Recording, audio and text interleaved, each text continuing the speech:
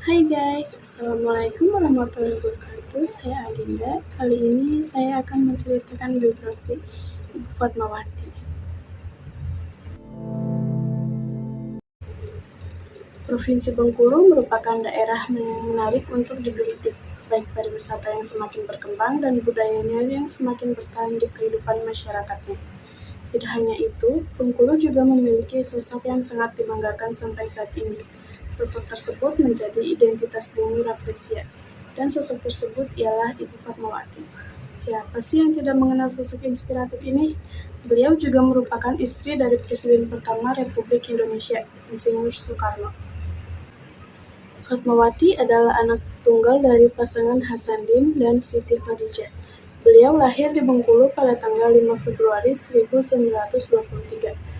Meskipun berstatus sebagai putri satu-satunya, bukan berarti Fatmawati hidup dengan bergelimang harta dan kemanjaan. Justru, kondisi ekonomi orang tuanya tidak semulus yang dikira. Peliknya keadaan finansial keluarga saat itu membuat Fatmawati harus berpindah sekolah dan rumah. Ia pernah mengenyam pendidikan di Hollands Inland School, kemudian bermukim di Palembang, dan akhirnya tinggal di Curug, sebuah kota yang berada di antara Lubuk Linggau dan Bengkulu. Sejak kecil, Fatmawati dibekali dengan nilai-nilai agama oleh keluarganya, terutama kepawaiannya dalam melantunkan ayat suci Al-Quran. Beliau juga pandai bergaul dan aktif mengurus organisasi Muhammadiyah. Organisasi inilah yang menjadi awal pertemuan Fatmawati dengan Insinyur Soekarno. Pada bulan Agustus 1938, Soekarno diasingkan ke Bengkulu karena dianggap membahayakan pemerintah kolonial Belanda. Walau diasingkan, Bapak Presiden yang satu ini tetap aktif melakukan kegiatan dan bertemu dengan masyarakat di sana, termasuk berkenalan dengan ayah Fatmawati, yaitu Hasanuddin, yang kemudian memintanya untuk menjadi guru. Di sana, Fatmawati juga berstatus sebagai murid. Lulus dari Muhammadiyah, Soekarno menawarkan Fatmawati untuk bersekolah di Rums Catholic Fach School. Meski terhalang persyaratan masuk, sang proklamator menjamin akan mengurus semua keperluan sekolah dan mengizinkan Fatmawati tinggal di rumahnya. Ketika anak angkatnya Ratna Juwani melanjutkan pendidikan ke Yogyakarta, istri pertama Soekarno, Bu Inggit, ikut menemani. Fatmawati dan Soekarno pun saling mengenal satu sama lain, hingga akhirnya Soekarno menyatakan keinginan untuk menikahi Fatmawati kepada Bu Inggit. Bu Inggit memutuskan untuk kembali ke Bandung dan bercerai dengan suaminya. Tahun 1943, Fatmawati dan Soekarno menikah di Bengkulu. Setelah itu, ia mendampingi hari-hari Soekarno di Jakarta sampai hari kemerdekaan tiba.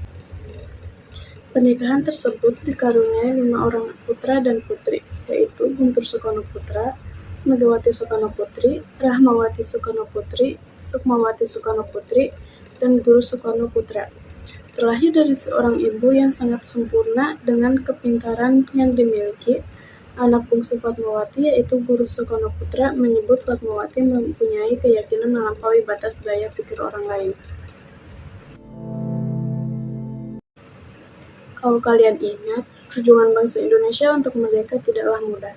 Bahkan, sempat terjadi perdebatan antara golongan muda dengan golongan tua yang menimbulkan peristiwa Ranggas Dengklok pada 15 Agustus 1945.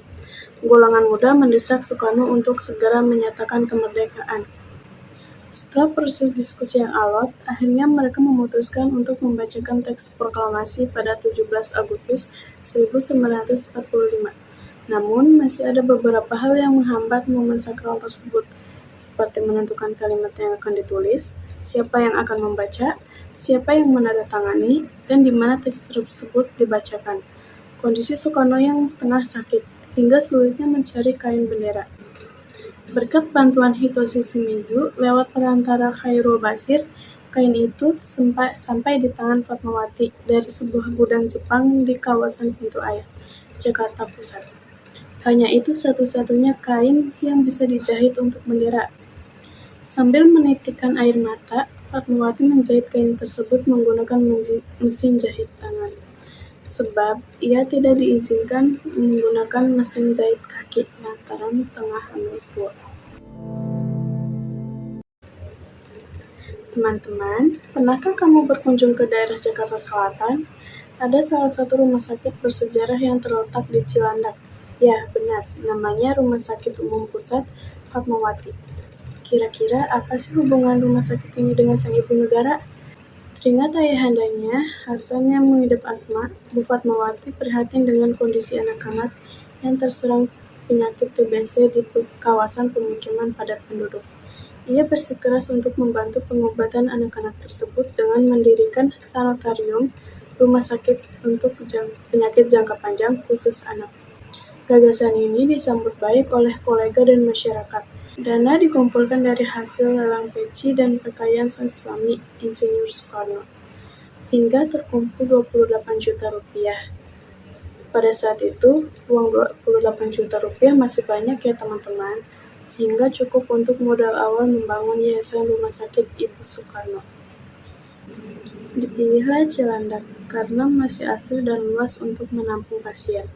Tanggal 24 Oktober 1954, peletakan batu pertama rumah sakit pun dimulai dan rampung pada tahun 1958.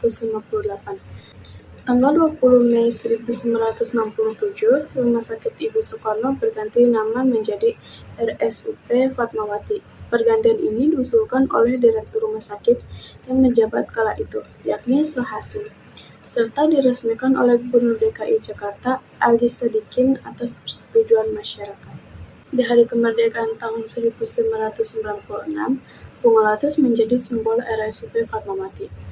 Guntur Soekarno Putra, anak sulung Fatmawati dan Soekarno, juga menciptakan himne RSUP yang berjudul Padma Puspita setahun setelahnya. Fatmawati melakukan umroh di tahun 1980. Perjalanannya didampingi oleh Dian Sumaryo, kakak ipar istri Bung Hatta.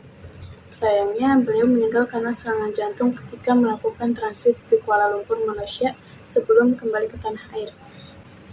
Ia dimakamkan di tempat pemakaman umum Karet Bifak, Jakarta.